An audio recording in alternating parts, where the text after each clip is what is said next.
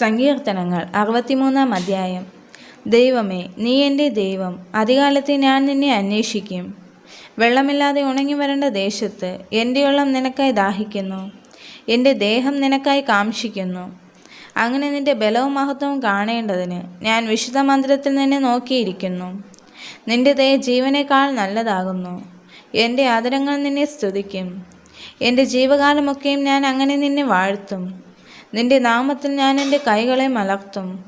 എൻ്റെ കിടക്കയിൽ നിന്നെ ഓർക്കുകയും ഞാൻ രാത്രിയാമങ്ങളിൽ നിന്നെ ധ്യാനിക്കുകയും ചെയ്യുമ്പോൾ എൻ്റെ പ്രാണന് മജ്ജയും മേധസ്സും കൊണ്ട് എന്നെപ്പോലെ തൃപ്തി വരുന്നു. എൻ്റെ വായ് സന്തോഷമുള്ള ആദരങ്ങളാൽ നിന്നെ സ്തുതിക്കുന്നു. നീ എനിക്ക് സഹായമായി തീർന്നുവല്ലോ. നിന്റെ ചിറകിൻ നിഴലിൽ ഞാൻ ഘോഷിച്ചാനന്ദിക്കുന്നു. എൻ്റെ ഉള്ളം നിന്നോട് പറ്റിയിരിക്കുന്നു. നിന്റെ വലം കൈ എന്നെ താങ്ങുന്നു. എന്നാൽ അവർ സ്വന്തം നാശത്തിനായി എനിക്ക് പ്രാണഹാനി വരുത്തുവാൻ നോക്കുന്നു. അവർ ഭൂമിയുടെ അധോഭാഗങ്ങളിലേക്ക് ഇറങ്ങിപ്പോകും. അവരെ വാളിൻ്റെ ശക്തിക്ക് ഏൽപ്പിക്കും. കുറുനരികൾക്ക് അവർ ഇരയായിത്തീരും. എന്നാൽ രാജാവ് ദൈവത്തിൽ സന്തോഷിക്കും. അവൻ്റെ നാമത്തിൽ സത്യം ചെയ്യുന്നവനെല്ലാം പുകഴും. എങ്കിലും ഭോഷ്ക് പറയുന്നവരുടെ വായ് അടഞ്ഞു പോകും.